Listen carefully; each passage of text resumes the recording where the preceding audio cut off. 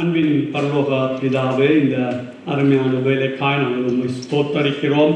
உம்முடைய திரு வசனத்தை நாங்கள் தியானிக்க கூடியிருக்கிறோம். நீங்கள் தேவனுடைய ஆலயமாக இருக்கிறீர்கள் என்றும் தேவனுடைய ஆவியானவர் உங்கள் மத்தியிலே இருக்கிறார் என்றும் அறியாது இருக்கிறீர்களா என்று கேட்டீர். ஆண்டவரே, எங்கள் மத்தியிலே நீங்கள் இருக்கிறது நாங்கள் நன்றாய் அறிந்திருக்கிறோம். எங்கள் மத்தியிலே நீங்கள் வந்திருக்கிறீங்க பரிசுத்த ஆவியான தேவனே. இந்த நாளிலும் அந்த வார்த்தையை எங்களுக்கு ஆசீர்வதித்து தர வேண்டுமா நாங்கள் செபிக்கிறோம். தேவனுக்கு மகிமையும் தேவ ஜனங்களுக்கு சமாதானமும் ஆசீர்வாதமும் பலமும் அந்த ஆவிக்குரிய திடமும் உண்டாக வேண்டுமாய் ஜெபம் பண்ணுகிறோம். ஆண்டவராகிய இயேசு கிறிஸ்துவின் நாமத்திலே ஜெபிக்கிறோம் எங்கள் பிதாவே. எல்லாரும் ராம சொல்லுவோமா?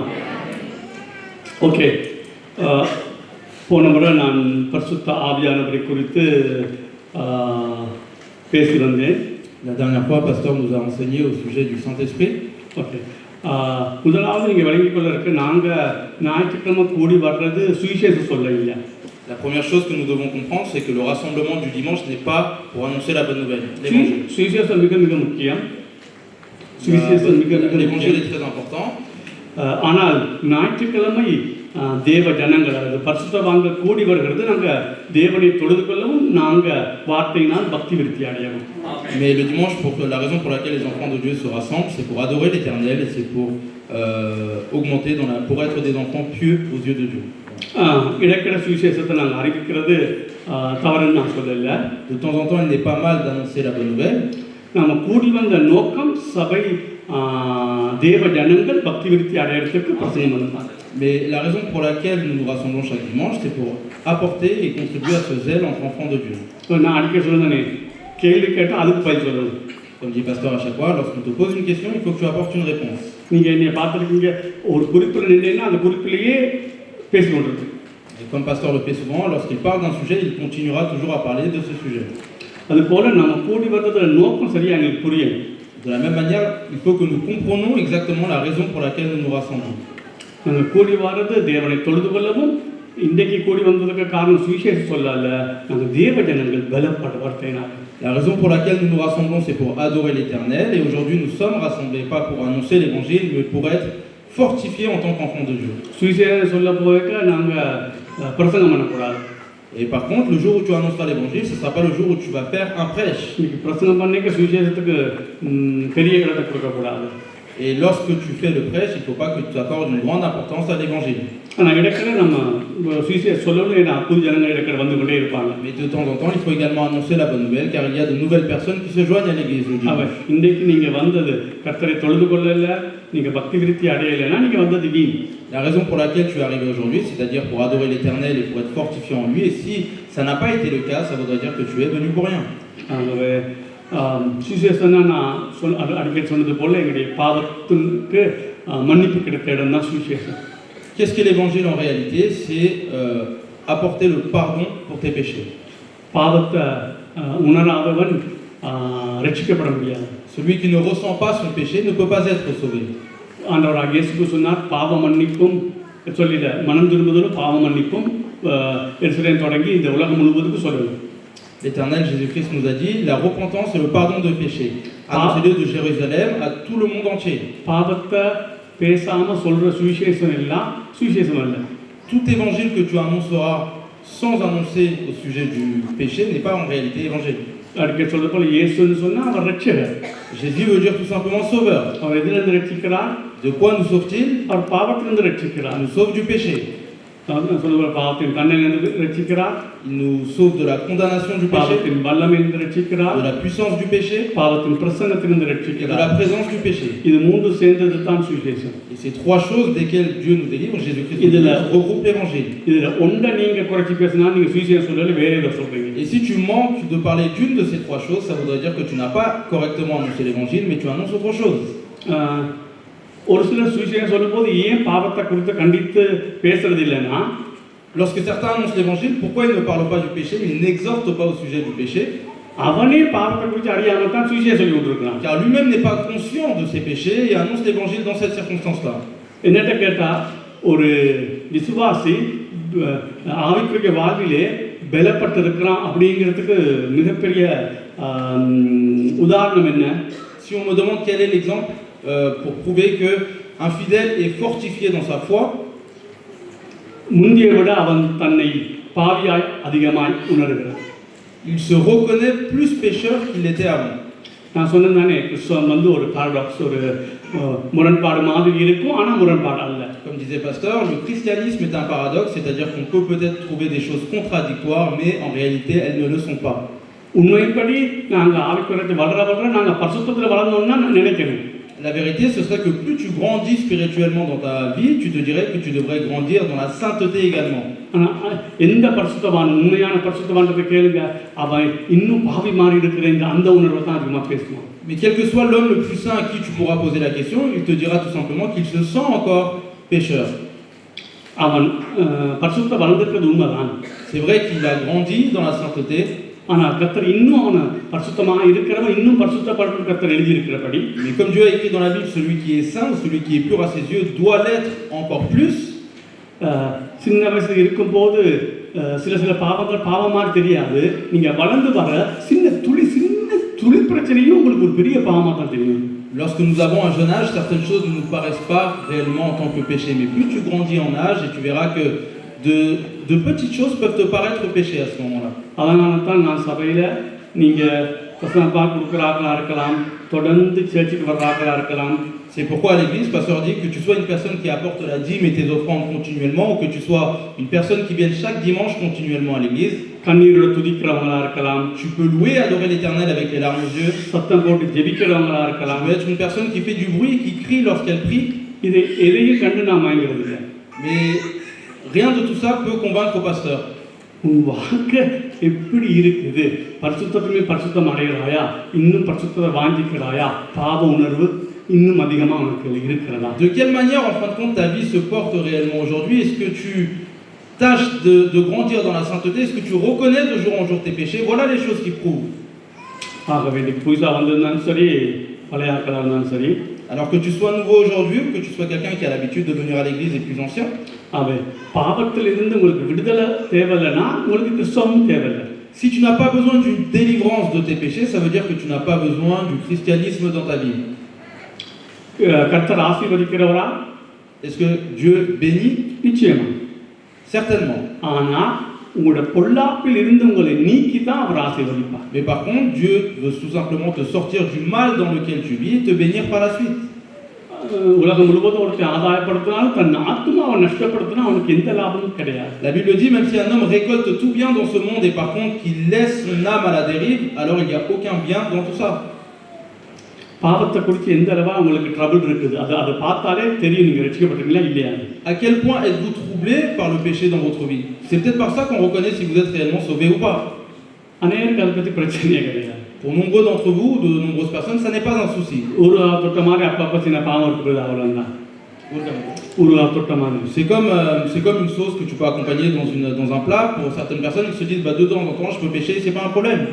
ஒரு ரட்சிக்கப்பட்டவனுடைய ரட்சிக்கப்பட்டவன் சுற்றி தன்னுடைய பரிசுத்த வாழ்வு, இந்த பாவ வாழ்வு இதெல்லாம் அதிகமாக மெனக்கெடுவான். Un homme qui a réellement le salut dans sa vie va plus s'attarder et prendre du temps autour de ses péchés pour les corriger ou peut-être en quête de la sainteté dans sa vie. நான் திரும்ப சொல்றேன், உங்களுடைய எந்த ஆவிக்குரிய வளர்ச்சியும் பரிசுத்தத்திலையும் பாவத்தை உணர்வதில் இல்லைன்னா நீங்க சத்தமின்ற ஒரு வெண்கல மாதிரி தான். Quelle que soit la croissance spirituelle que tu peux avoir dans ta vie, si elle n'est pas en rapport au péché auquel tu dois éviter et que tu dois enlever de ta vie, ou ta quête dans la sainteté dans laquelle tu dois grandir, dans ce cas-là, ça veut dire que ça ne sert à rien. Certaines personnes te diront, viens auprès de Christ et puis tu n'auras plus de problème dans ta vie. Le pasteur te dit clairement, viens auprès de Christ et tu verras que tous les problèmes s'ajouteront dans ta vie. Et si ça tu n'as pas encore compris, ça veut dire que tu n'es pas encore sauvé.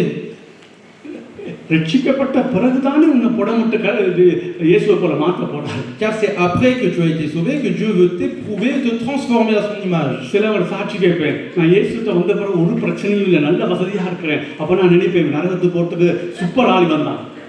Parfois on a l'habitude d'entendre certaines personnes qui témoignent en disant, depuis que j'ai connu Christ dans ma vie, je n'ai plus aucun problème. Pasteur dit à ce moment-là, c'est peut-être une bonne personne qui ira en enfer à ce moment-là. இயேசுநாதர் வரும் மட்டும் நமக்கு ஒத்துணை இருக்கத்தான் செய்யும். Tant que Jésus ne revient pas parmi nous, tu continueras à avoir des problèmes dans ta vie. அப்ப நமக்கு பரலோகத்தின் மேன்மை தெரியாதனால தான் இந்த உலகத்தில் இவ்வளவு நன்மைகளை தேடிக்கொண்டிருக்கோம்.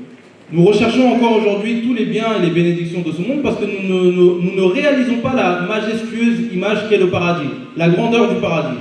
இயேசு சொன்னார், என் பின்னே ஒருவன் வர விரும்பினா அவன் சிலுவை எடுத்துக்கொண்டு அனுதினமும் அதை சுமந்து கொண்டு வரணும். Jésus dit également, si un homme veut venir après moi, il faut qu'il porte sa propre croix, qu'il porte le poids de sa croix et qu'il me suive chaque jour. நம்ம எத்தனை பேர் சிலுவை சுமக்கிறோம்? Combien d'entre nous portons cette croix aujourd'hui? நான் அடிக்க சொல்றது போல நான் பூரண பரிசுத்தவான் அல்ல. Comme dit pasteur à son sujet, il n'est pas parfait dans la sainteté. ஆனா எனக்கு தெரியும்ப்பா, பரிசுத்தமாகணும், இல்லைன்னா பரலோகம் போக முடியாது. Mais il sait qu'il faut grandir dans cette sainteté, atteindre un certain niveau de sainteté, sinon nous n'irons pas au paradis. ஆகவே ரட்சிக்கப்பட்டவன் மட்டும்தான் ஆண்டவர் விரும்புகிற பரிசுத்தத்தை செய்ய முடியும். Et seulement celui qui est sauvé se penchera sur la sainteté dont nous parle Dieu et dont il nécessite. அந்த அந்த அந்த அந்த மட்டும் உங்களுக்கு மனதில் சரியா ஆண்டு விளங்கப்படுத்துவாரா இருந்தா இந்த உலகம் முழுவதையும் ஒருவன் ஆதாயப்படுத்தினாலும் அவன் தன் ஆத்மாவை நஷ்டப்படுத்த அவனுக்கு என்ன லாபம்? இந்த ஒரு வார்த்தையை தேவன் உங்களுக்கு இன்னைக்கு சொல்லுவாரா இருந்தா நான் ரிசைன் பண்ணிட்டு இன்னைக்கு சர்ச்சை விட்டு போயிடுவேன். Si seulement Dieu arrive à te faire comprendre cette parole, c'est-à-dire que la Bible dit si un homme récolte tous les biens et toutes les bénédictions de ce monde et par contre s'il perd son âme, il n'y a aucune valeur à cela. Si tu comprends cela, pasteur n'a plus besoin de t'enseigner quoi que ce soit. அப்படின்னு சொன்னா இந்த உலகத்துல உனக்கு கிடைக்கிற எல்லா நன்மையும் ஒப்படைக்க ஒரு பக்கம் வச்சுட்டு இந்த ஆத்மாவை ஒரு பக்கம் வச்சா அது இந்த உலகத்தை விட நீ எல்லாம் என்ன சொல்றது, பதவி இருக்குது, பட்டம் இருக்குது, காசு இருக்குது, புகழ் இருக்குது, எல்லாம் இருக்கு. இதெல்லாம் அனுபவிச்சாலும் நீ கடைசியா நரகத்துக்கு போனா உனக்கு என்னதான்? Ça voudrait dire tout simplement que si tu prenais tous les biens de ce monde, toute la gloire de ce monde, la notoriété de ce monde, toutes les autorités de ce monde, toutes les richesses de ce monde et que tu les posais sur une main et que dans l'autre main en face tu posais ton âme, même si tu pouvais t'acquérir toutes ces choses-là mais que tu perdrais ton âme, alors tu irais en enfer. Et à quoi t'aurait-il servi d'avoir gagné toutes ces choses dans ce monde? அங்க வைத்திருக்கிற நன்மையை சரியா நம்ம புரிஞ்சு கொண்டா இங்க இருக்கிற பிரச்சனைகளுக்கு ஒப்பு கொடுக்க நம்ம தயாராகணும். Si tu comprends réellement le bien qu'il y a au paradis, tu serais capable aujourd'hui d'accepter les problèmes que te coûte cette vie chrétienne. நான் பார்த்த பொதுவா கிறிஸ்தவ ஜனங்கள் பொதுவா எனக்கு ரிஃபார்ம் சர்ச் ஆக்களை தெரியாது, பெந்தெகோஸ்தே சபையில தான் தெரியும். அதுல பொதுவா நம்ம பார்த்தால் இந்த உலகத்துக்கு நன்மையை கொண்டு வர இயேசு சிலுவை அறையப்பட்டார், அப்படிதான் நாம கணக்கு போட வேண்டியது. De manière générale, si nous prenons les personnes chrétiennes qu'on retrouve dans les églises aujourd'hui, leur idéologie est tout simplement que Dieu a donné sa vie, tout simplement pour que nous puissions nous procurer les biens de ce monde. Fermons les yeux un instant et prions. Que le Saint-Esprit puisse agir dans nos cœurs aujourd'hui. இந்த ஒரே ஒரு வார்த்தை இந்த உலகம் முழுவதும் ஒரு ஆதாயப்படுத்தினாலும் அவன் தன் ஆத்மாவை நஷ்டப்படும். இந்த உலகத்துல என்னத்தை அனுபவிச்சும் தன் ஆத்மாவை கடைசியா நஷ்டப்படுத்திட்டா அவனுக்கு என்ன ஆகும்?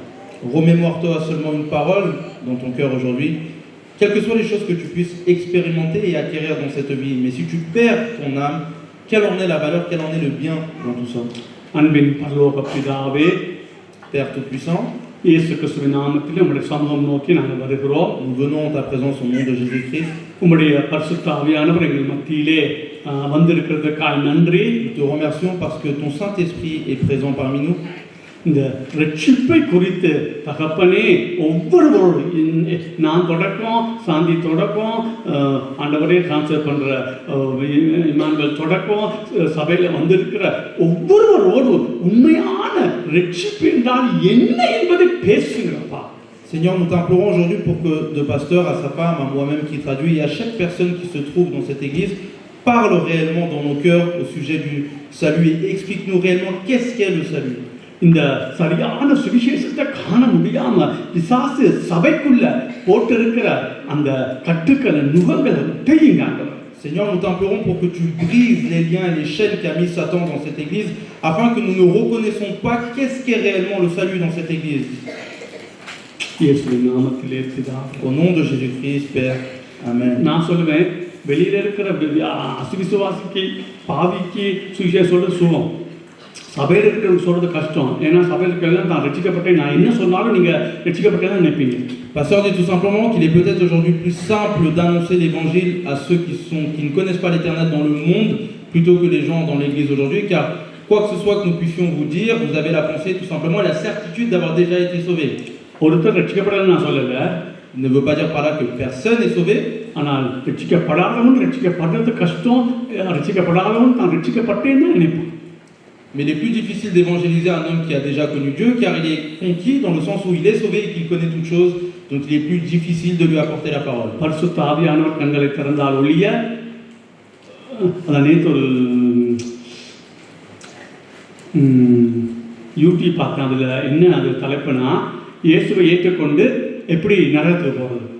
Pasteur a vu une prédication sur YouTube hier et le titre était tout simplement comment aller en enfer alors que tu as connu Jésus-Christ. அவர் சொல்றாரு, பிசாசுக்கு போய் வெளியால் இருக்கிற ஆட்களை சரியா சுவிசேஷம் சொல்லாதபடி எல்லாத்தையும் உள்ள கொண்டு வந்து ரட்சிக்கப்பட்ட மாதிரி வச்சு இயேசுவை ஏற்றுக்கொண்டிருக்கிறீங்கன்னு அவன் நரகத்தை கொண்டு போறதுக்கு பிளான் போடுறான், கவனமா இருக்குன்னு சொல்லி. Et la personne qui prêche sur cette vidéo dit tout simplement tous les gens du monde, Satan fait en sorte de les ramener à l'église sans qu'on puisse réellement leur annoncer l'évangile correctement comme il faut, en sorte qu'ils croient eux-mêmes qu'ils sont sauvés, mais qu'ils aillent directement de se faire en enfer. நீங்க ரட்சிக்கப்பட்டிருந்தாலும் பரவாயில்ல, அடிக்கடி நீங்க ரட்சிக்கப்பட்டீங்களான்னு ஆராய்ச்சி பார்த்து கொண்டே இருக்கணும். Même si tu sais que tu es sauvé, tant mieux et c'est pas grave, mais recherche en toi à chaque fois quelles sont les choses qui font que tu es sauvé et si tu marches réellement dans cette voie du salut. நான் இவ்வளவு பலமா நான் ரட்சிக்கப்பட்டேன்னு சொன்னா கூட நான் இடக்கட நான் என்னோட தனிப்பட்ட முறையில செக் பண்ணி கொண்டே இருப்பேன். Même si pasteur a fermement l'assurance qu'il est sauvé, personnellement lui, il cherche toujours à vérifier s'il est bien sauvé. ஏன்னா இந்த உலகத்தை படைத்து வெளியேறப்பட்டது இது அப்பமா நம்ம எண்ண முடியாது. Car c'est quelque chose qui a bien plus de valeur que tout ce que tu retrouves dans ce monde et tu ne peux pas sous-estimer ton salut aujourd'hui. இவ்வளவு பெரிய ரட்சிப்பை குறித்து நம்ம கவலை இல்லாம இருந்தா, si tu ne t'inquiètes pas au sujet de ce si grand salut, இது எங்களுக்கு மரணமா ஜீவனா நரகமா சொர்க்கமாங்கிற கேள்வி. Est-ce ainsi la vie ou la mort? Est-ce le paradis ou l'enfer? Voilà la question.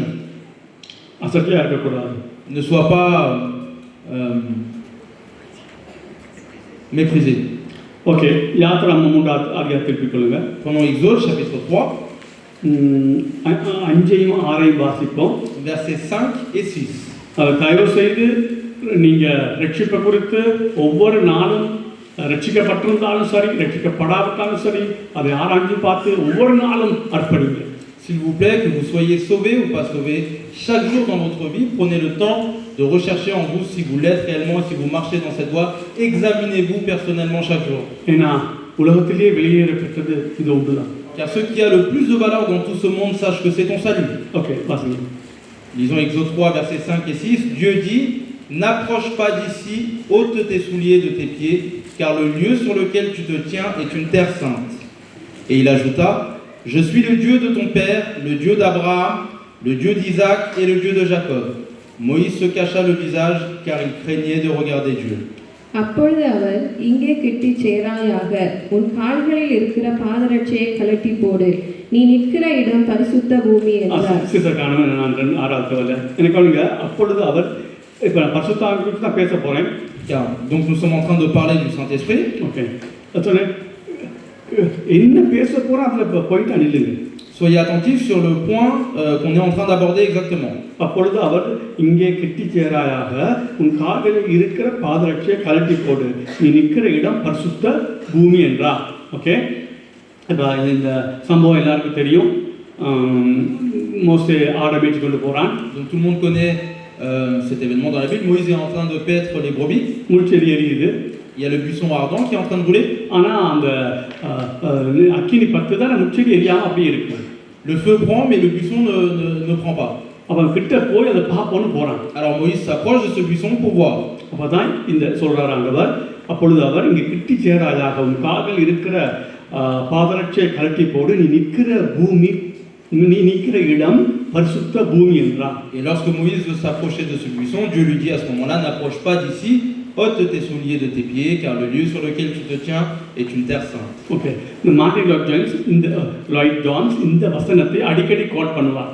L'homme de Dieu que vient de citer Pasteur aime bien prendre ce verset en référence à chaque fois. முக்கிய ஒரு விஷயத்தை அவர் பேசும் முன்னுக்கு எப்படி சொல்லுவார், நாங்கள் பரிசுத்த பூமியில நிற்கிறோம், கவனமா நில்லுங்க. Avant même d'aborder quel que soit le sujet, il a l'habitude de répéter à chaque fois, soyez attentifs car nous nous tenons sur une terre sainte. சரி, இப்போ யாரா சொல்லுங்க, இப்போ நான் ஏன் இதை சொன்னேன்னு? Est-ce que quelqu'un peut nous dire pourquoi Pasteur nous parle de ce verset? பரிசுத்த ஆவியானவரை குறித்து படிக்க போறோம். Nous sommes en train d'étudier au sujet du Saint-Esprit. நாங்கள் பரிசுத்த பூமியில் இருக்கிறோம். Nous nous tenons donc sur une terre sainte. ஏன்னா அவர் தேவாதி தேவன். Car il est le Dieu parmi les dieux. அவர் யெகோவா தேவன். Il est le Dieu Jéhovah. இன்றைக்கு நான் முந்தைய அடிக்கடி சொல்றது போல, நான் ஆரம்ப காலத்திலே யெகோவா சாட்சி வந்தபடினாலே இயேசுவை குறைச்சி பார்த்தது போல. Comme dit Pasteur, il était témoin de Jéhovah autrefois et donc il a toujours eu l'habitude de sous-estimer Jésus. ஆனால் இயேசுவை பற்றி படிக்கிறது ஒரு பரிசுத்த பூமி. Mais étudier au sujet de Jésus, c'est une terre sainte. ஏன்னா அது யெகோவா தேவனை குறித்து படிக்கிறோம். Car nous étudions au sujet du grand Dieu Jéhovah.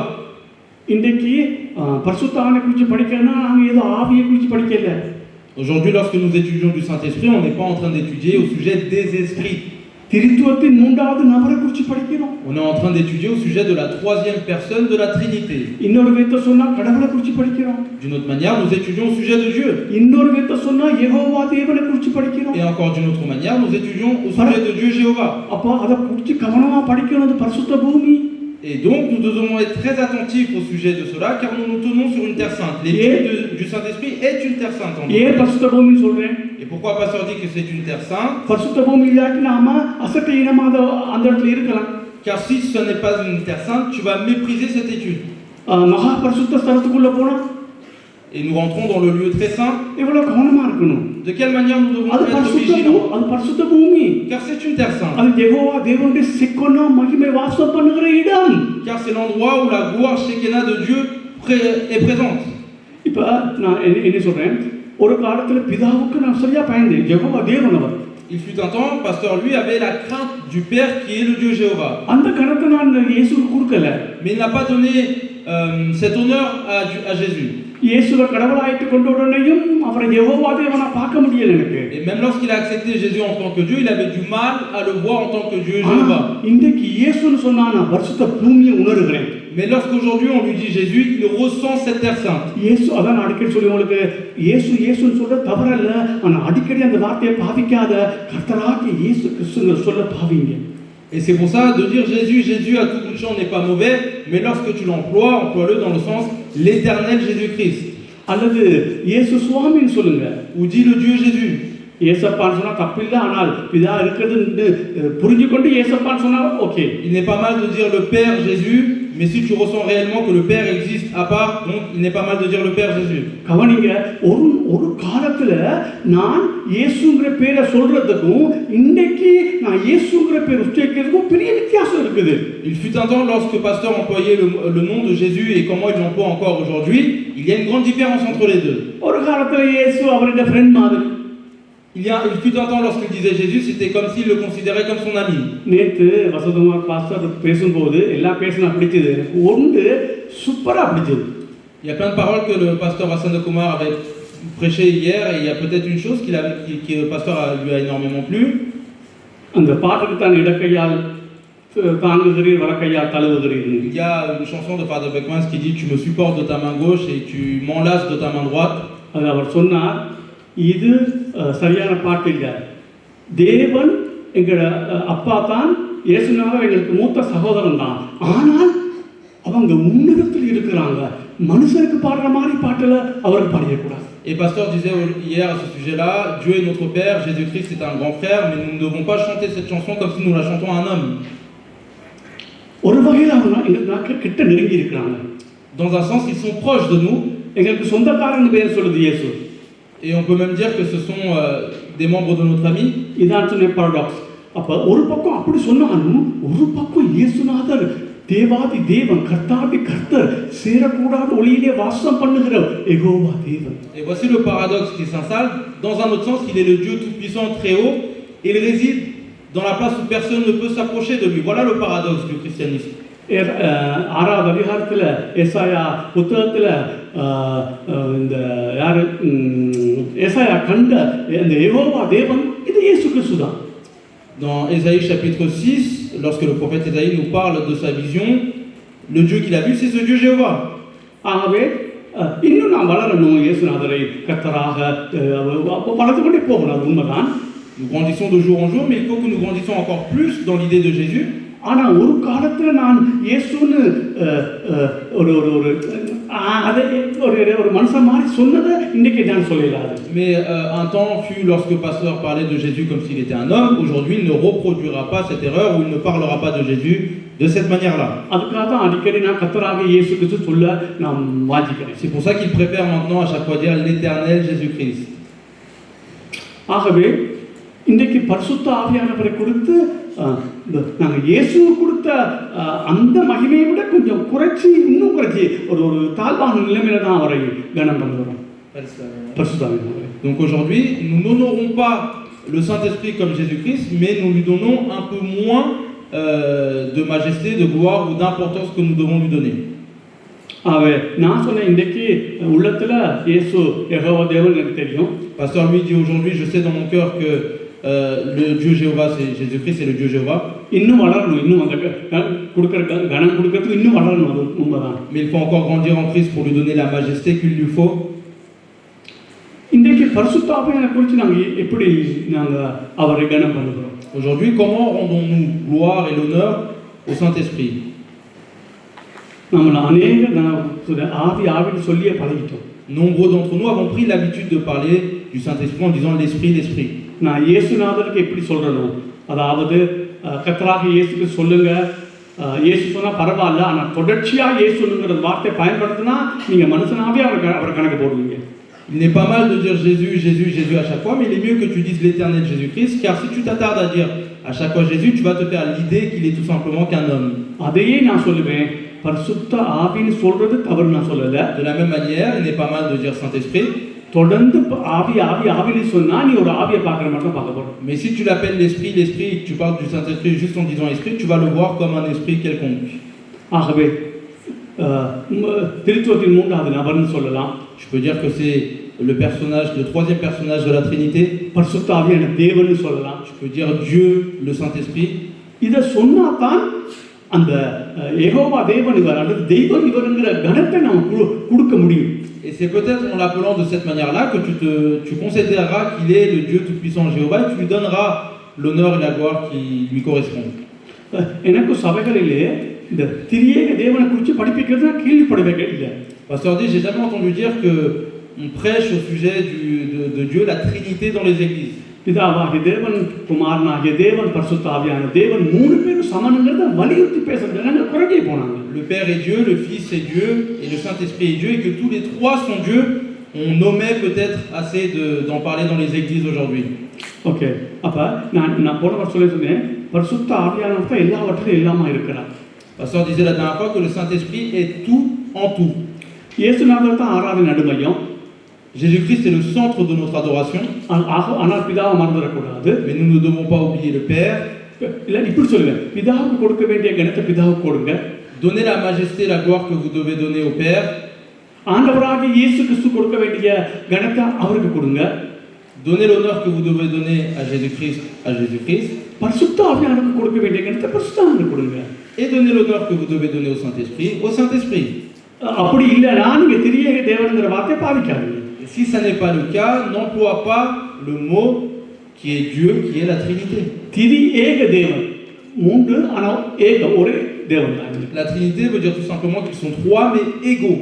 Okay, மூன்று பேர் தன்மை உண்டு தான். Les caractères de ces trois personnes sont égales. Okay,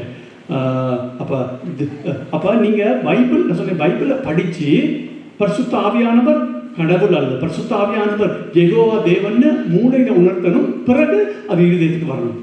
Il faut que tu lises la Bible et que tu dises que ce Dieu Jéhovah est lui Dieu. Il faut que tu comprennes ça dans ta tête et ensuite par la suite que ça vienne dans ton cœur. நான் ஏன் இது பரிசுத்த பூமின்னு சொன்னேன்? Pourquoi pasteur a dit que c'était une terre sainte? இப்போ பரிசுத்தாவியை குறித்து படிக்கிறேன்னு சொன்னால் நாங்கள் வானத்தை பூமியை படித்து தெய்வத்தை குறித்து படிக்கிறோம். Car étudier, apprendre au sujet du Saint-Esprit, c'est tout simplement apprendre au sujet du Créateur, lui qui a créé les cieux et la terre. ஆதி அந்தமும் இல்லாத தேவனை குறித்து படிக்கிறோம். Nous étudions au sujet d'un Dieu qui n'a ni commencement ni fin. சேரக்கூடாத ஒளியிலே வாசம் பண்ணுவதை குறித்து நாங்கள் படிக்கிறோம். Nous étudions au sujet d'un Dieu qui se trouve dans la place où personne ne peut l'approcher. Jehovah தேவனை குறித்து நாங்கள் படிக்கிறோம். Nous étudions au sujet du Dieu Jéhovah. அப்போ நாங்கள் எங்கே இருக்கிறோம்? ஒரு பரிசுத்த பூமிக்குள்ளே. Alors où nous trouvons-nous? Nous nous trouvons sur une terre sainte. சொல்றது விளங்க இல்லையா? Est-ce que vous comprenez? விளங்கல. விளங்காட்டி இப்படி தான் இருக்க போறீங்க. சரி, ஆகவே பரிசுத்தாவியை குறித்து படிக்கிறது நாங்கள் சாதாரணமாக எடுத்துக்கூடாது. La chose que tu dois comprendre est tout simplement que étudier au sujet du Saint-Esprit n'est pas une chose que tu dois prendre à la légère. நான் ஒரு சொல்லியிருக்கிறேன், பிதா எப்படி பிளான் பண்ணி இருந்தாலும், இயேசுநாதர் வந்து சிலுவையில் மரித்திருந்தாலும், இன்னைக்கு ஆவியான தேவன் உங்களோடு இருந்து அதை சொல்லிக் கொடுக்காட்டி நீங்க நரகத்துக்கு தான் போவீங்க. De la même manière que le Père l'a prémédité, et que le Fils est venu donner sa vie sur la croix et que le Saint-Esprit vit au milieu de nous aujourd'hui, si tu ne comprends pas ces choses comme il le faut, alors malheureusement tu iras en enfer. Si tu ne rends pas l'honneur au Saint-Esprit que tu lui dois, ça veut dire que tu ne donnes pas l'honneur que tu dois à Dieu tout simplement.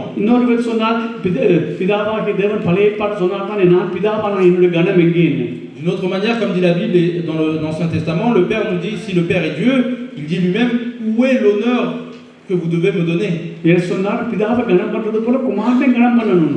Et la Bible dit, de la même manière que tu donnes cet honneur au Père, tu dois donner cet honneur au Fils également. பழைய ஏற்பாட்டில் பிதா சொன்னது போல, நான் பிதாவானால் என்னுடைய கனம் என்ன? இன்னைக்கு பரிசுத்தாவி உன்னை பார்த்தா சொல்றார், தனிப்பட்ட முறையில் உன்னை பார்த்து சொல்றார், இன்னைக்கு உன்னை பார்த்து சொல்றாரு, நான் பரிசுத்தாவியானா இந்த கனம் எங்க? De la même manière que la Bible dit dans l'Ancien Testament et que le Père pose la question, si je suis le Père, où est mon honneur? Le Saint-Esprit te pose la question à chacun d'entre vous aujourd'hui, si je suis le Saint-Esprit, où est l'honneur que vous me devez aujourd'hui? Car nombreux d'entre nous pensons que le Saint-Esprit est tout simplement un esprit quelconque qui se trouve à côté de nous. Et c'est pour ça que nous manquons de grandir ou d'avoir une croissance spirituelle dans notre vie.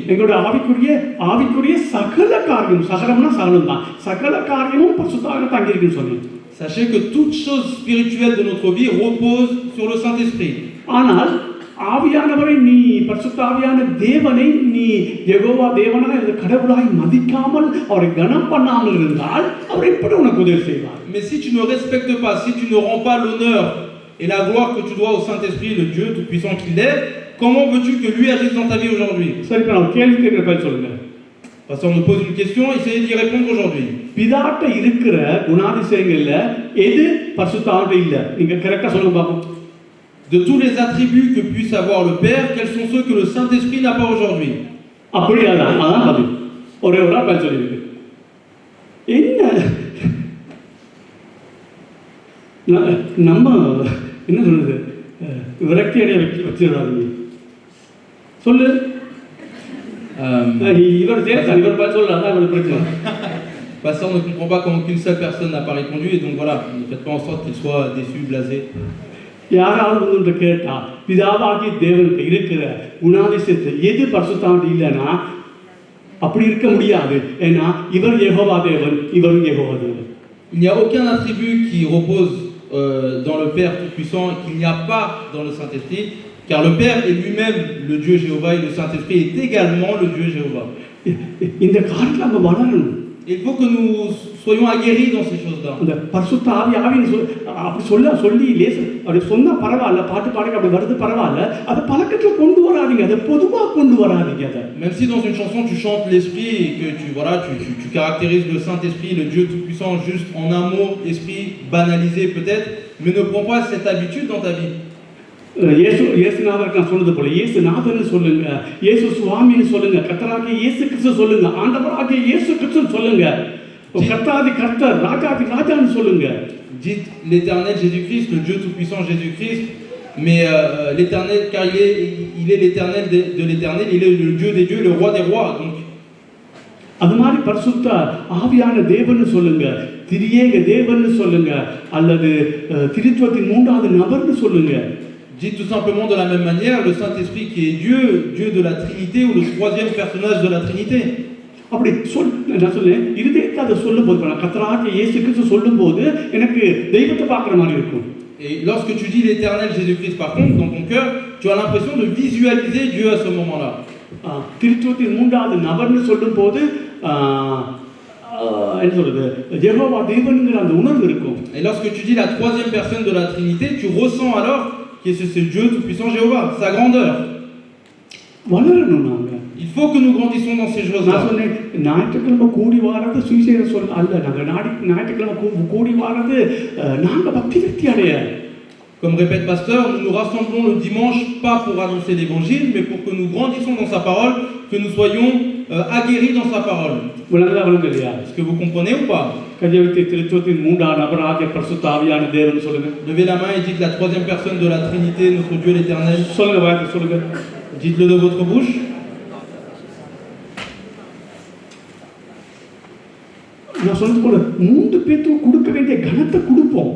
Donnons l'honneur que nous devons donner à ces trois personnes de la Trinité. Et lisons la Bible pour savoir de quelle manière nous devons les honorer chacun. Amen.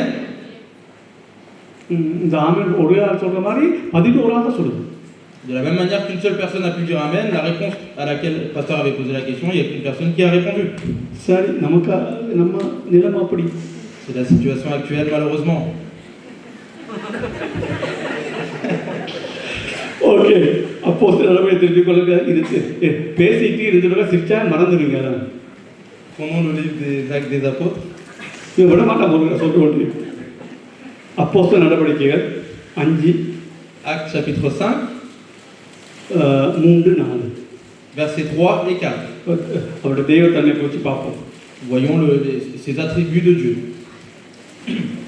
Pierre lui dit, Anania, pourquoi Satan a-t-il rempli ton cœur au point que tu mentes au Saint-Esprit et que tu aies retenu une partie du prix du champ? S'il n'eût pas été vendu, ne te serait-il pas, et après qu'il a été vendu, le prix n'était-il pas à ta disposition? Comment as-tu pu mettre en ton cœur un pareil dessein? Ce n'est pas à des hommes que tu as menti, mais à Dieu. பேதுரு அவனை நோக்கி, அனனியாவே, நிலத்தின் கிரயத்தில் ஒரு பங்கை வஞ்சித்து வைத்து பரிசுத்த ஆவியானவரிடத்தில் பொய் சொல்லும்படி சாத்தான் உன் இருதயத்தை நிரப்பினதென்ன? அதை விற்கும் முன்னே அது உன்னுடையதாயிருக்கவில்லையோ? அதை விற்ற பின்பும் அதன் கிரயம் உன் வசத்தில் இருக்கவில்லையோ? நீ உன் இருதயத்தில் இப்படிப்பட்ட எண்ணம் கொண்டதென்ன? நீ மனுஷரிடத்தில் அல்ல, தேவனிடத்தில் பொய் சொன்னாய் என்றான். கிளியரா பரிசுத்த ஆவியானவர் தேவன் கிளியரா சொல்லப்பட்ட இடம் தான். Et donc il est dit là clairement dans ces versets que ce Saint-Esprit c'est bien Dieu. நான் பல இடத்துல காண்பிக்க முடியும். Pasteur pour nous montrer à plusieurs endroits de la Bible. வேற வேற கோணத்துல காண்பிக்க போறேன். Dans plusieurs angles différents. இதுல பார்க்கிறோம் பரிசுத்தாண்ட பொய் சொன்னா தேவனிடத்தை பொய் சொன்னதுக்கு சமம். Et dans ces versets on comprend que lorsque tu mens au Saint-Esprit, c'est l'équivalent de mentir à Dieu. OK. இப்போ எடுத்துக்கொள்ளுங்க. Prenons un autre verset. 2 Corinthiens 3:17. Chapitre 3, verset 17. வேற கோணத்துல நான் சொல்ல போறேன். Pasteur va nous le dire dans différents angles pour que nous comprenions. உங்களுக்கு தெளிவாய் கண்டித்துணர்த்தி இந்த மூன்றாவது நபராகிய பரிசுத்த ஆவியானவர் யெகோவா தேவனை காண்பிக்க போறேன்.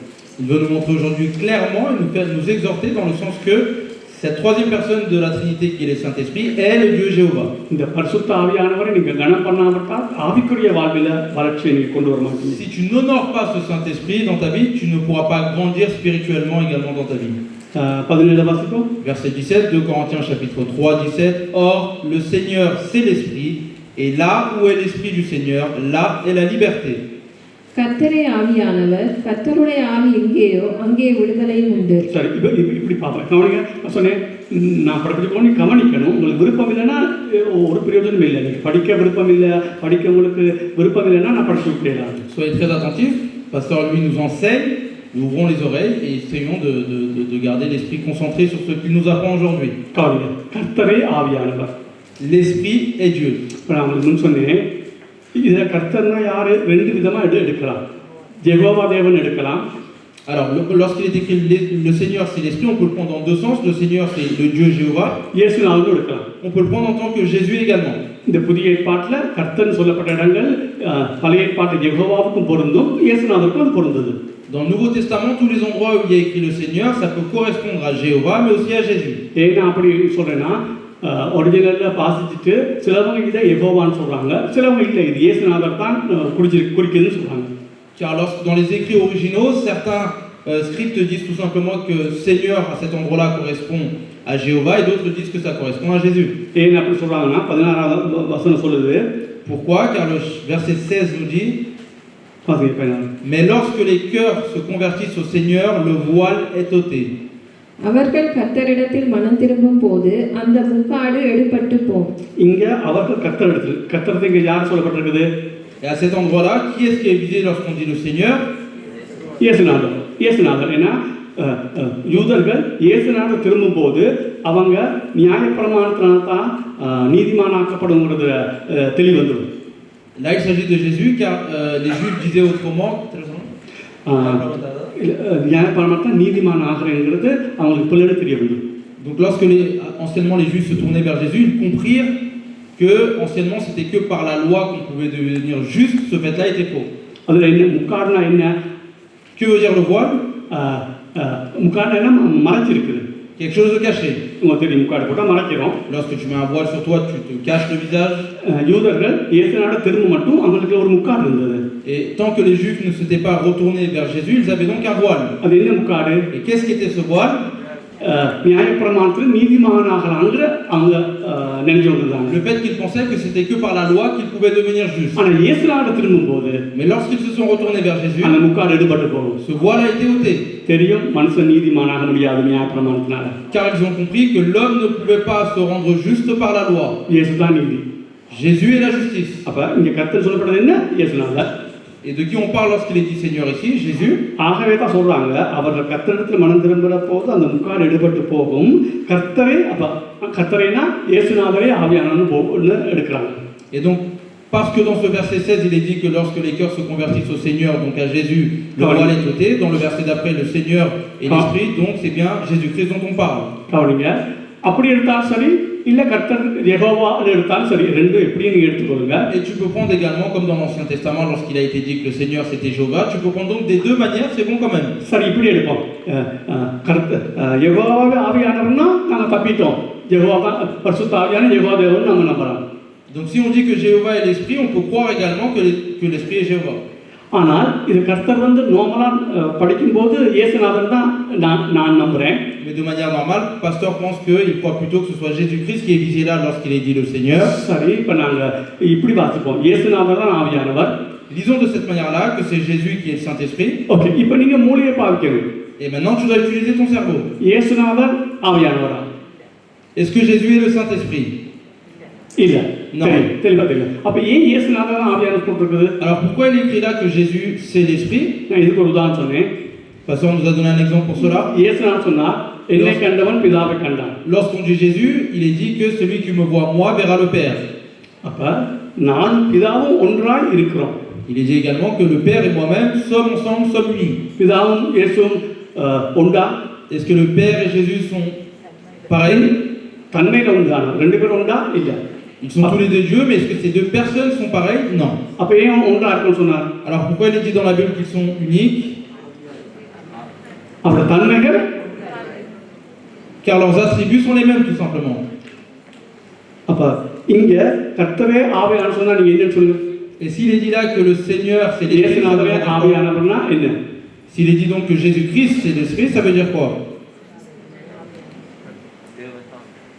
இயேசுநாதருடைய குணமும் பரிசுத்தாவின் குணமும் ஒன்றுதான். Ça veut dire tout simplement que les attributs, les caractéristiques de Jésus et ceux du Saint-Esprit sont tout simplement identiques. அப்படியா இருந்தால் Si c'est le cas, பரிசுத்தாவி யாரா இருக்கணும்? qui est ce Saint-Esprit? Jehovah. இயேசுநாதர் Jehovah தேவன்ங்கறத ஒத்துக்கொள்றீங்களா? Est-ce que vous acceptez que Jésus est le Dieu Jéhovah? அப்படியா இருந்தா இந்த ஆவியானவர் யெகோவா தேவன் ஒத்துக்கொள்றார். Et donc nous devons accepter donc que le Saint-Esprit, l'Esprit dont il est mentionné là, est également le Dieu Jéhovah. நான் உங்களுக்கு சொல்றேன், நான் சொல்றதை கேட்டு நீ பரிசுத்தம் யெகோவா தேவன் சொன்னா அது இருதயத்துக்கு வராது, ஒரு நாள் வராது. Si tu écoutes aujourd'hui ce que te dit pasteur et parce qu'il te le dit tu acceptes que l'Esprit est le Dieu Jéhovah, ça ne rentrera pas dans ton cœur. என்னை மாதிரி இப்படி படிச்சு இதை நீங்க ரசிச்சு ருசிச்சு அதை எடுக்கணும். Mais de la même manière qu'il vient de nous l'expliquer, de lire, de méditer cette parole, ces versets, tu dois le faire également pour que tu te fasses ton propre avis et que tu le comprennes toi-même personnellement. தீமோத்தேயுக்கு ஆண்டவர் சொன்னார், நீ படி, ஆண்டவர் உனக்கு புத்தியை தருவார். Dieu dit à Timothée, étudie-toi et Dieu te donnera la sagesse pour comprendre. அதே மாதிரி நான் சொல்றேன், நீங்க இதை வாசிங்க, பரிசுத்த துணை கொண்டு அவர் புத்தியை தருவார். சரியா கிளியரா எங்களுக்கு விளக்கப்படுத்துவார். De la même manière, pasteur te dit aujourd'hui, lis ces paroles avec le soutien du Saint-Esprit et il te donnera la connaissance et la sagesse dont tu as besoin pour comprendre ces versets. அப்ப பரிசுத்த ஆவியானவர் யார்? Donc qui est le Saint-Esprit? Okay, அடுத்த முறை வரைக்க பரிசுத்த யார் சொன்னா brother அடுத்த முறை கொஞ்சம் பார்த்துட்டு வரோம் சொல்லுங்க. Et la prochaine fois que le pasteur te demandera qui est le Saint-Esprit, ne lui dis pas attends, il faut que j'aille vérifier et que je me rappelle de qui il est. யாத்திராகமம் சொல்லுங்க. Prenons le livre d'Exode, 25:8. chapitre 25, verset 8. Exode, chapitre 25, verset 8. Ils me feront un sanctuaire et j'habiterai au milieu d'eux. அவர்கள் நடுவிலே நான் வாசம் பண்ண எனக்கு ஒரு பரிசுத்த ஸ்தலத்தை உண்டாக்குவார்களாக. யார் சொன்னா? Qui a dit cette parole? Jehovah தேவன். சரியா? Dieu Jéhovah. ஓகே, என்ன சொன்னா? Qu'est-ce qu'il a dit? உங்கள் மத்தியில் நான் என்ன செய்ய போறேன்? J'habiterai au milieu d'eux. இதை வச்சுக்கொள்ளுங்க. Gardons ce verset en tête. லேவியா ஆகமம் 26 எடுங்க. Prenons Lévitique, chapitre 26, 11-12. versets 11 et 12. Lévitique, chapitre 26, versets 11 et 12. J'établirai ma demeure au milieu de vous, et mon âme ne vous aura point en horreur. Je marcherai au milieu de vous, je serai votre Dieu, et vous serez mon peuple. உங்கள் நடுவில் என் வாசஸ்தலத்தை ஸ்தாபிப்பேன், என் ஆத்துமா உங்களை ஆரோசிப்பதில்லை. நான் உங்கள் நடுவிலே உலாவி உங்கள் தேவனாயிருப்பேன், நீங்கள் என் ஜனமாயிருப்பீர்கள். கவனிங்க, உங்கள் நடுவில் நான் வாசஸ்தலத்தை ஸ்தாபிப்பேன், என் ஆத்துமா உங்களை ஆரோசிப்பதில்லை. உங்கள் நடுவில் நான் உலாவி உங்கள் தேவனாயிருப்பேன், நீங்களே. அப்ப உங்களுக்குள்ள நான் உலாவி வருவேன். யாரு? யெகோவா தேவன். Et donc il est dit là, je marcherai au milieu de vous. Qui dit ça? Le Dieu Jéhovah. அங்க சொன்னார் வாசம் பண்ணுவேன். சரி, இப்ப வெளிப்படுத்தின சுவிசேஷத்தை எடுங்க. இந்த 21 வாசிச்ச 21ல 3 வாசிப்போம். Prenons le livre d'Apocalypse, chapitre 21, 21:3. verset 3. Et j'entendis du trône une forte voix qui disait, voici le tabernacle de Dieu avec les hommes, il habitera avec eux et ils seront son peuple, et Dieu lui-même sera avec eux. மேலும் பரலோகத்திலிருந்து உண்டான ஒரு பெரும் சத்தத்தை கேட்டேன். அது, இதோ மனுஷர்களிடத்திலே தேவனுடைய வாசஸ்தலம் இருக்கிறது. இதோ மனுஷர்களிடத்தில் தேவனுடைய வாசஸ்தலம் இருக்கிறது. Voici le tabernacle de Dieu avec les hommes. வாசிங்க. அவர்களிடத்திலே அவர் வாசமாயிருப்பார். அவர்களிடத்திலே அவர் வாசமாயிருப்பார். அவர்களும் அவருடைய ஜனங்களாயிருப்பார்கள். தேவன் தானே அவர்களோட கூட இருந்து அவர்களுடைய தேவனாயிருப்பார். அப்ப இது யாருக்கு சொல்லியிருக்குது? Et là il s'agit de qui? பிதாவாகிய தேவன் அல்ல யெகோவா தேவன் என்று சொன்னா சரி. Le Père notre Dieu ou Jéhovah Dieu? அப்ப என்ன சொல்ற? அப்ப யெகோவா தேவன் சொல்றாரு, நான் உங்கள் மத்தியில் என்ன செய்வேன்? வாசம். அதுதான் என்னுடைய விருப்பம். உங்களுக்குள்ள வாசம் பண்றது என்னுடைய விருப்பம். Et le Dieu Jéhovah nous dit tout simplement qu'il veut habiter parmi nous et avec nous. Voilà sa volonté. அது யார் சொன்னா உங்களுக்குள்ள வாசமா இருப்பேன்னு? Qui a dit qu'elle habitera avec vous? Jehovah தேவன். Dieu Jéhovah. இப்ப புதிய ஏற்பாட்டுல பாருங்க, இது இப்படிதான் வாசிக்கணும். புதிய ஏற்பாட்டுல பாருங்க, யார் உங்களுக்குள்ள வாசம் பண்ணணும் பாருங்க. Et regardons dans le Nouveau Testament, qui dit qu'il veut habiter parmi nous? இதுகள் தான் எங்களை கண்டித்து உணர்த்தும். Et ce sont ces choses-là qui nous exhorteront.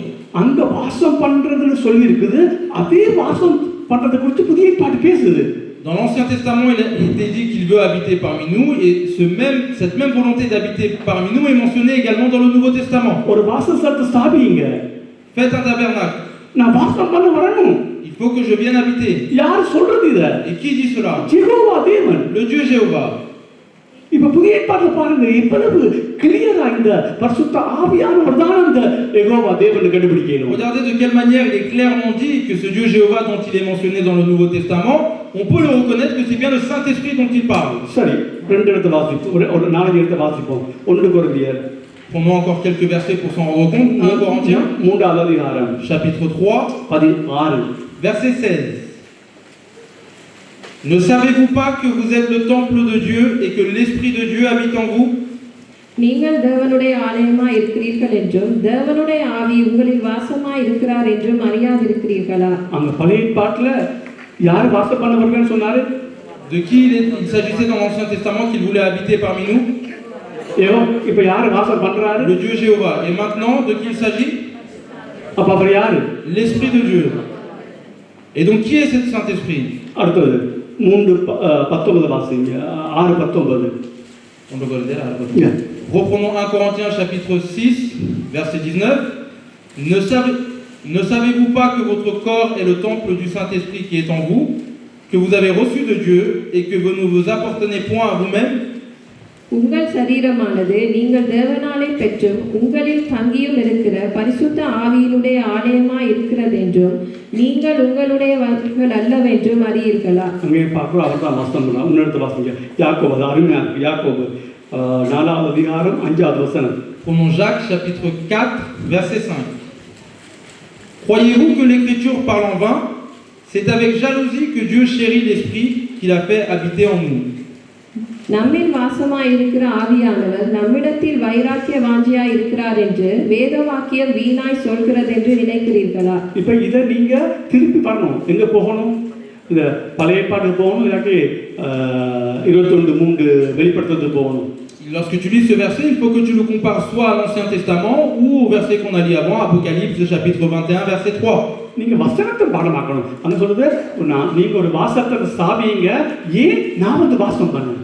Il était dit dans le verset d'avant, créez un endroit pour moi pour que je vienne habiter avec vous. ஏன்னா அது யாரு? யெகோவா தேவன். Et de qui il s'agissait? Du Dieu Jéhovah. இங்க சொல்றது நம்மில் வாசமாய் இருக்கிற ஆவியானவர். Et là il est dit que Dieu chérit l'esprit qu'il a fait habiter en nous. யார் வாசம் பண்ண வர போறேன்னு சொன்னார்? Donc qui a dit qu'il voulait habiter en nous? Jehovah தேவன். Le Dieu யார் வாசம் Jéhovah. பண்றா? Et maintenant qui habite en nous? பரிசுத்த ஆவியானவர். Le Saint-Esprit. அப்ப இவர் யாரு? Donc qui est ce Saint-Esprit? இப்ப கண்டித்து படத்தை பாக்குறீங்களா? Et donc c'est bien le Dieu Jéhovah. Est-ce que tu vois de quelle manière tu es exhorté? இப்படி கண்டித்து படாட்டி ஆயிரம் தரம் நான் சொல்றதுல உங்களுக்கு ஒரு பிரச்சனை வராது. Si tu ne comprends pas les choses et tu ne t'exhortes pas toi-même de cette manière-là, ça ne sert à rien que le pasteur te les répète 1000 fois pour que tu comprennes. 2 Timothée 2 Timothée, 1 chapitre 1, 14. verset 14. Garde le bon dépôt par le Saint-Esprit qui habite en nous. உன்னிடத்தில் ஒப்புவிக்கப்பட்ட அந்த நட்பொருளை நமக்குள்ளே வாசம் பண்ணுகிற பரிசுத்த ஆவியினாலே காத்துக்கொள். யார் வாசம் பண்றா நமக்குள்ள? Et donc qui habite en nous? பரிசுத்த ஆவியானவர். Le Saint-Esprit. யார் வாசம் பண்ண வருவேன்னு சொன்னார்? Qui a dit qu'il viendra habiter en nous? Jehovah தேவன். Le Dieu Jéhovah. ரோமர் 8:12 வாசிங்க. Romains chapitre 8, verset 11. Et si l'esprit de celui qui a ressuscité Jésus d'entre les morts habite en vous, celui qui a ressuscité Christ d'entre les morts rendra aussi la vie à vos corps mortels par son esprit qui habite en vous.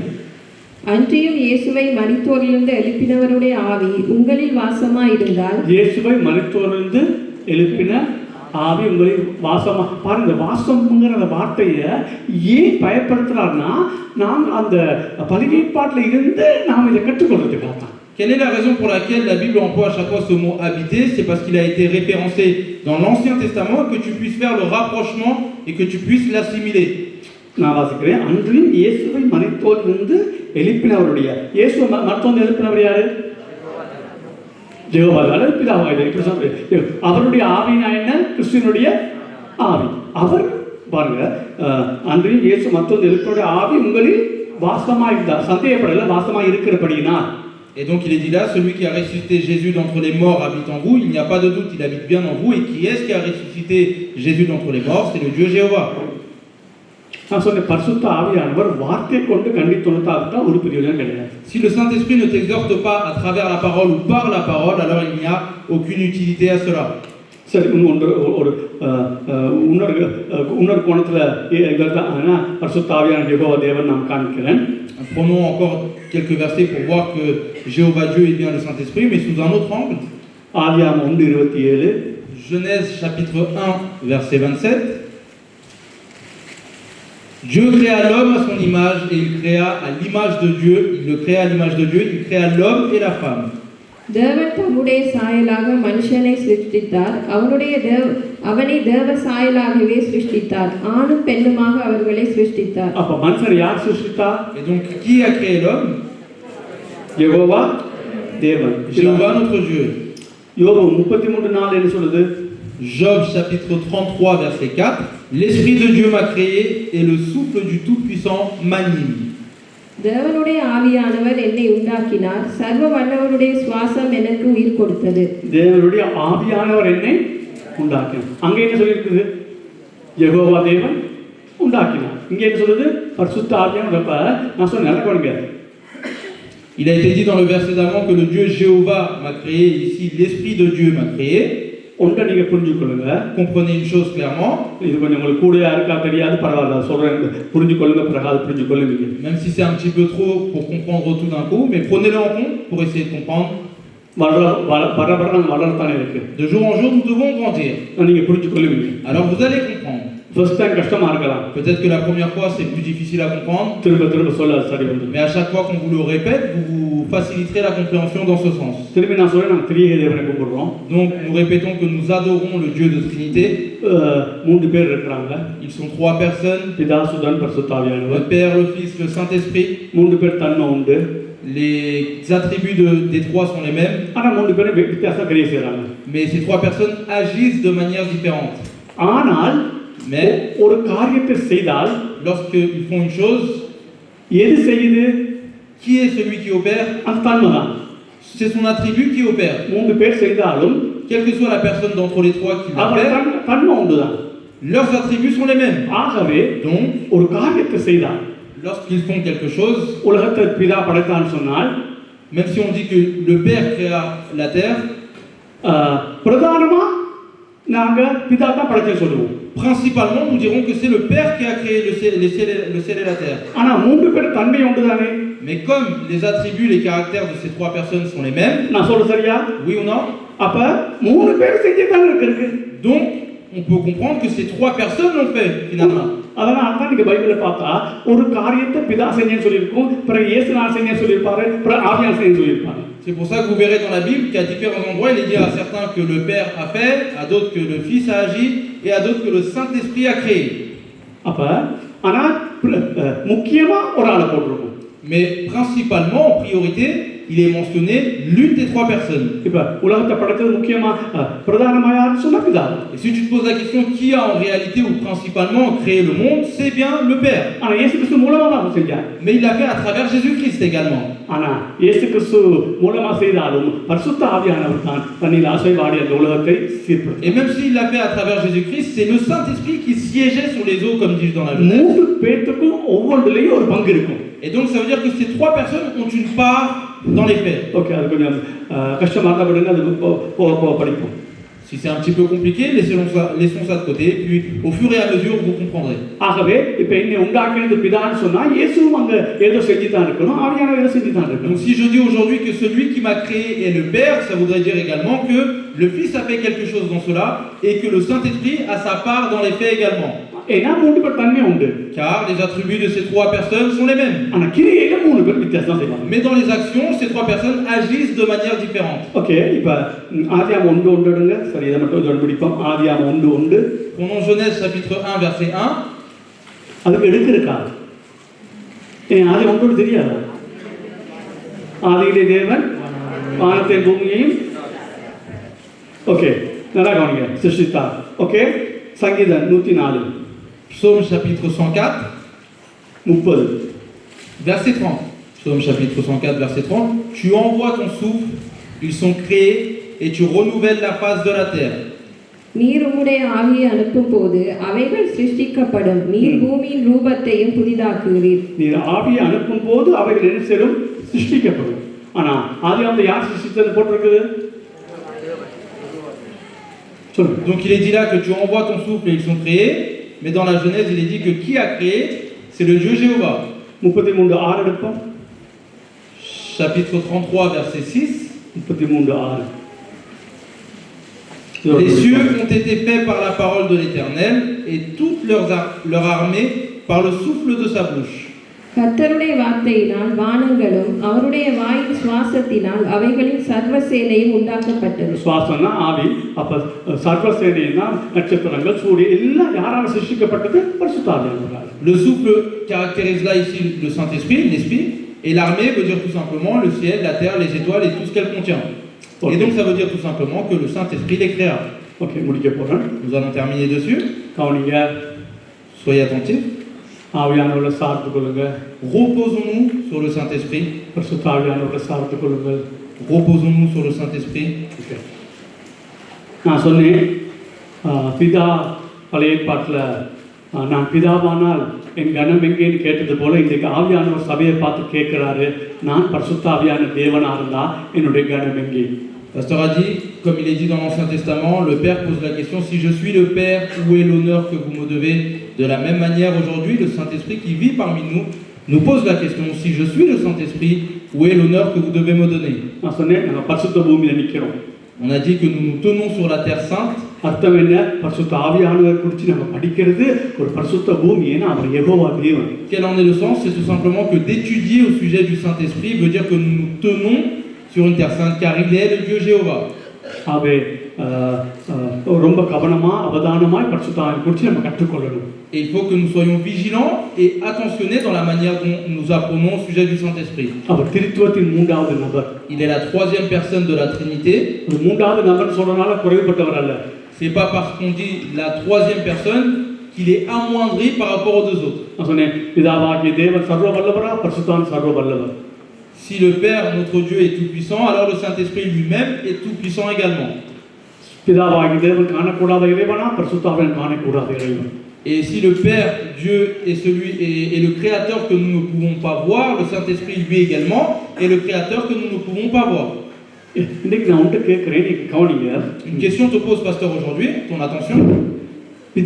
பிதாவாகிய தேவன் இப்பொழுது இங்க வருவார்னு சொன்னா நமக்குள்ள ஒரு நடுக்கம், ஒரு பயமும் இருக்கும். அவர் சொன்னா, si le Dieu, notre Père, vient parmi nous à cet instant, au fond de nous, nous serons saisis, nous aurons une crainte et des tremblements. ஆனால் பரிசுத்த ஆவியானவர் வர்றான்னு சொன்னால் எங்களுக்கு அப்படி பெரிய பயம் இல்லை. Mais lorsqu'on te dit que le Saint-Esprit vient parmi nous, tu n'as pas autant crainte et autant peur, tu ne trembles pas autant. ஏன்னா அவரை யெகோவா தேவனா நம்மால பார்க்க கொஞ்சம் கஷ்டமா இருக்கு. Car on a un peu du mal peut-être de voir le Saint-Esprit à l'équivalent comme le Père Jéhovah. ஆனா முள்ள அப்படி வளரணும். Petit à petit, nous avons besoin de grandir dans cette idée et de comprendre cette chose-là. நான் எப்படி இயேசுநாள் சின்ன கடவுள்ல இருந்து இன்னைக்கு யெகோவா கடவுளா பார்க்கறோமோ, de la même manière que pasteur lui autrefois pensait que Jésus était un petit Dieu et qu'il arrive à le voir aujourd'hui Jésus comme ce grand Dieu Jéhovah. பரிசுத்த ஆவியானவர் சொல்ற இடத்தை விட்டு திருத்துவத்தின் மூன்றாம் நபர் பரிசுத்த ஆவியான தேவன் அப்படிதான் சொல்ல முடியும். இப்படி சொல்ல முடியாத நிலைமைக்கு நாம வரணும். Et de la même manière, il faut que nous perdions l'habitude de sous-estimer le Saint-Esprit en disant juste l'Esprit comme si c'était un esprit parmi d'autres, mais que nous réalisons qu'il est l'équivalent de ce Dieu Jéhovah. பிதாவா இல்லை இயேசுநாதரை யெகோவா தேவன் கும்பிடுறது கூட பெரிய கஷ்டம் இல்லை. ஆனால் பரிசுத்த ஆவியானவர் யெகோவா தேவனாய் உள்ளத்துல நாம கனம் பண்ணி அவரோடு உறவாடுறது கஷ்டமான ஒரு காரியம். Il n'est peut-être pas difficile d'adorer et d'honorer Jésus-Christ comme si, parce qu'il est Dieu Jéhovah, mais c'est plus difficile de rendre l'honneur au Saint-Esprit, car il est lui également le Dieu Jéhovah. ஆனால் அப்படி பார்க்காவிட்டால் வாழ்க்கையில் ஆவிக்குரிய வாழ்விலே மிகப்பெரிய வளர்ச்சி நம்ம Mais கண்டுபிடிக்கலாம். si tu ne le vois pas de cette manière-là, le Saint-Esprit aujourd'hui, tu ne peux pas espérer grandir et atteindre une croissance spirituelle dans ta vie. நான் அந்த கேள்வி போல பிதாவாகிய தேவனுக்கு இருக்கிறதுல எந்த குணாதிசயம் அல்லது எந்த அட்ரிபியூட்ஸ் ஆவியானவர்கிட்ட இல்லைன்னா அப்படி சொல்ல முடியாது. இவர்தான் அவர். Comme tu as posé la question, pasteur, quels sont les attributs ou les caractéristiques qu'a le Père Jéhovah qu'il n'y a pas chez le Saint-Esprit? Tu ne peux pas y répondre et il n'y en a aucun car ils possèdent tous les mêmes attributs. நாங்கள் பார்த்தோம், ஆவியானவர்கிட்ட போய் சொன்னால் தேவன் அதாவது யெகோவா தேவன்கிட்ட போய் சொல்றோம். Nous avons vu également que si nous mentons au Saint-Esprit, c'est l'équivalent de mentir au Dieu Jéhovah. பார்த்தோம் கர்த்தரே ஆவியானவர். Nous avons vu également que le Seigneur, lui, est le Saint-Esprit. அது ரெண்டு மாதிரி எடுத்தாலுமே இந்த பரிசுத்த ஆவியானவர் யெகோவா தேவனா தான் வருவார். Mais même si tu peux le lire de deux manières différentes, il faut que tu te dises que ce Saint-Esprit est ce Dieu Jéhovah. Jehovah தேவனே ஆவியானவர் சொன்னால் நாங்கள் ஆவியானவர் யெகோவா தேவனாக கணக்கு Et si போடுவோம். on peut dire que le Dieu Jéhovah est Saint-Esprit, c'est l'équivalent de dire que le Saint-Esprit est donc le Dieu Jéhovah. அந்த கர்த்தர் நாம இயேசுநாதர்னு சொன்னால் இயேசுநாதர் தான் ஆவியானவனா, இயேசுநாதர் யெகோவா தேவனாக ஆவியானவர் யெகோவா Et தேவன் si தான். on dit que ce Seigneur, on le remplace à cet endroit-là par Jésus-Christ et que ça reviendrait à dire que Jésus-Christ est le Saint-Esprit, ça revient également à dire que le Saint-Esprit, lui, est donc Jésus-Christ. எனக்கு அதை எல்லாத்த விட பிடிச்சது பழைய ஏற்பாட்டுல யெகோவா தேவன் சொல்றாரு, நான் உங்கள் மத்தியில் வாசம் பண்ண ஒரு ஒரு ஒரு வாசஸ்தலத்தை சாதிங்க, நான் உங்க மத்தியில வந்து வாசம் பண்ணுவேன். Et le verset le plus beau dans cet Ancien Testament, c'est lorsque l'Éternel te dit « Créez-moi, faites-moi une place pour que je puisse venir habiter avec vous et en vous, et je viendrai habiter à ce moment-là. » வெளிப்படுத்த சுவிசேஷம் சொல்லப்பட்டிருக்கிறது, மனிதன் மத்தியிலே தேவனுடைய வாசஸ்தலம் வருகிறது. Dans Apocalypse, il est dit que le tabernacle est parmi la présence de l'homme, pour que Dieu vienne y habiter. ஆனால் புதிய ஏற்பாட்டு முழுவதையும் பார்த்தால் பரிசுத்த ஆவியானவர் தான் எங்களுக்குள் வாசம் பண்ண வந்திருக்கிறார். Et lorsque nous regardons dans tous ces passages dans le Nouveau Testament, nous verrons que c'est le Saint-Esprit, nous avons vu que c'est le Saint-Esprit qui vient parmi nous pour habiter en nous. ஆகவே இந்த பரிசுத்த ஆவியானவர் தான் அந்த யெகோவா தேவன். Ça veut dire tout simplement que c'est ce Saint-Esprit qui est le Dieu Jéhovah. பழைய ஏற்பாட்டுல யெகோவா தேவன் வாசம் பண்ண வர சொல்றது இயேசுவாக இருக்கலாம், பிதாவாக இருக்கலாம், பரிசுத்தமாக இருக்கலாம். ஏன்னா மூணு பேருமே யெகோவா தேவன் தான். Dans l'Ancien Testament où il a dit « Faites-moi une place pour que je vienne habiter parmi vous », même si c'est le Dieu Jéhovah qui l'a dit, on peut le voir comme si c'est Jésus-Christ qui l'a dit, et comme c'est le Saint-Esprit qui l'a dit également, car tous les trois sont identiques et ont les mêmes attributs. மற்றது எல்லாம் எனக்கு கண்டித்துணர்த்தினாலும் இது எனக்கு ரொம்ப கண்டித்துணர்த்தினது. Et même si toutes les autres choses et tous ces autres passages et versets puissent exhorter le pasteur, ce verset-là précisément est une chose qui l'exhorte et qui lui parle énormément. ஏன்னா பழைய ஏற்பாட்டுல யெகோவா தேவன் சொல்றார், அந்த ஆசரிப்பு கூடாரத்துல அந்த செக்கோனா மகிமைக்குள்ள நான் வருவேன். Et car dans l'Ancien Testament où Jéhovah Dieu parle de ce lieu très saint et de sa majesté et sa gloire Shekinah, il dit qu'il viendra là-dedans. அந்த செக்கோனா மகிமை தான் இன்னைக்கு எங்களுக்குள் வாசம் பண்ணுது. Et c'est cette gloire Shekinah qui habite en nous aujourd'hui. அதான் அந்த தேசத்துல தேவாதி தேவன் தினந்தோறும் தங்கும் தேவாலயம் நாமே ஆவியான தேவன் அச்சாரமானார். அது அதிசயம், அதிசயம். Et c'est ces choses-là que chante le Father Blackmans dans sa chanson. எனக்கு தெரியாது. ஓகே, அடுத்த சொல்லி முடிச்சிடுறேன். இந்த உலகத்தை உண்டாக்குனது ஆதியிலே தேவன் மானத்தை சிருஷ்டித்தான் சொல்லப்பட்டிருக்கிறது. Et donc il est dit que celui qui a créé le ciel et la terre au commencement, c'est le Dieu tout-puissant Jéhovah. புதிய ஏற்பாட்டில் சங்கீதம் வரும்பொழுது பரிசுத்த ஆவியானவர் சிருஷ்டித்தான் சொல்லப்பட்டிருக்கிறது. Et lorsque nous revenons à Psaume chapitre 33, il est dit que c'est l'Esprit, le souffle de Dieu, donc le Saint-Esprit qui a créé toutes ces choses. ஒரு கையை வைத்து சிருஷ்டிகர்த்தர் பரிசுத்த ஆவியானவர் சொல்லுவாங்க. Levez la main et dites le Seigneur notre Créateur, le Seigneur notre Créateur et le Saint-Esprit notre Dieu. Okay, முடிப்போம். ஆகவே அந்த இது பரிசுத்தாவியை குறித்து தொடர்ந்து நாங்கள் படிப்போம். ஆனால் முக்கியம் படிக்கிறது மாத்திரமல்ல, எங்கள் அனுபவ ரீதியாக பரிசுத்த ஆவியான தேவனை நாங்கள் தேவனாய் அனுபவிக்கிறது தான் மிக முக்கியம். Nous continuerons à apprendre et étudier au sujet du Saint-Esprit la prochaine fois, mais l'étude n'est pas suffisante. Il faut que tu l'expérimentes dans ta vie, que le Saint-Esprit qui vit parmi nous aujourd'hui est bien le Dieu Jéhovah. Et tout ce que le pasteur a dit pendant tout ce temps-là, que celui qui a des oreilles puisse l'entendre et l'écouter. Et tous ceux qui n'ont pas d'oreilles, qui puissent aller à l'hôpital, se faire greffer des oreilles. Fermons les yeux et prions. Levons-nous tous. Il faut, comme a dit le pasteur, que tu te dises toi-même que nous nous tenons sur cette terre sainte. Pourquoi le pasteur dit cela? C'est tout simplement parce que étudier au sujet du Saint-Esprit veut dire tout simplement se tenir sur cette terre sainte. Car il est le Dieu Jéhovah. Et ce n'est pas une chose que tu dois prendre si simplement et banalement. La terre sainte est l'équivalent du lieu très saint. போயிருமா? On ne peut pas d'une manière négligée rentrer dans ce lieu très saint. பிரதான ஆசாரியரை நடுக்கத்தோட போவாரு. Il y a seulement le saint sacrificateur qui va avec tremblement lui-même. அதே போல பரிசுத்தவான்களை பத்தி படிக்கிறது பரிசுத்த பூமி. De la même manière, étudier au sujet du Saint-Esprit aujourd'hui, c'est la terre sainte. நடுக்கத்தோட போகணும். On doit le faire et y aller avec tremblement, பயத்தோட போகணும். avec la crainte qu'il se doit. அவருக்கு கொடுக்க வேண்டிய இடத்தை கொடுக்காம விட்டுருவோமோ? En se disant, allons-nous faire l'erreur de ne pas lui donner l'honneur que nous devons lui donner? பிதாவுக்கு குமாரனுக்கு கொடுக்கிற இடத்தை பரிசுத்தாவிக்கு கொடுக்காம போயிடுவோமா? Allons-nous faire l'erreur de ne pas donner l'honneur que nous donnons au Père et au Fils, au Saint-Esprit? அந்த பயம் இருக்கட்டும். Ayons cette crainte en nous. ஆவியானவர்ட்ட கேளுங்க. Demandez au Saint-Esprit. உங்களை பற்றி வழங்கப்படுத்துங்க. Explique-nous et fais-nous comprendre à ton sujet. நீங்க தான் அந்த ஆசரிப்பு கூடாரத்துல வாசம் பண்ண வந்தீங்க.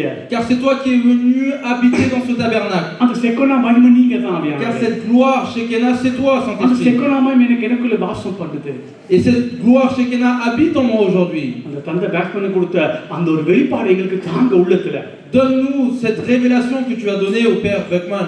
பிதாவை குறித்து படிச்சோம். Nous avons lu au sujet இயேசுவால இன்னைக்கு கொஞ்சம் மகிமைப்படுத்துறோம். nous glorifions, honorons un petit peu Jésus-Christ இப்போ aujourd'hui. இந்த பரிசுத்த ஆவியானவர் அதுக்கு சமனாய் நாங்க பார்த்து மகிமைப்படுத்த எங்களுக்கு உதவி செய்யுங்க. Et aide-nous, Seigneur, à voir le Saint-Esprit à l'équivalence des deux autres et de pouvoir l'honorer comme nous le devons. அன்பின் பரலோக பிதாவே, ஆண்டவராகிய இயேசு கிறிஸ்துவின் நாமத்திலே உம்மை நோக்கி நாங்கள் பார்க்கிறோம், நாங்கள் ஜெபம் பண்ணுகிறோம். தகப்பனே, நான் இந்த பிரசங்கம் பண்ணினாலும் பிரசங்கம் பண்ணின அளவுக்கு என்னுடைய இதயத்திலே பரிசுத்த ஆவியானவர் ஜெகோவா தேவன்னு என்னால் இதயத்தில் ஆண்டவரே அதை கிரகிக்கிறது கஷ்டமா இருக்கு ஆண்டவரே. ஒரு 10-20% இருக்கும். ஆனால் இந்த நாட்களிலே எங்களோடு இடைப்படுங்க ஆவியானவரே, நீங்க எங்களோடு இடைப்படுங்க. நீங்க அந்த யெகோவா தேவன் உங்களை பற்றி நாங்கள் பேசும்போது பரிசுத்த பூமி சாதாரணமான ஆவி அப்படிலாம் சொல்லக்கூடாது.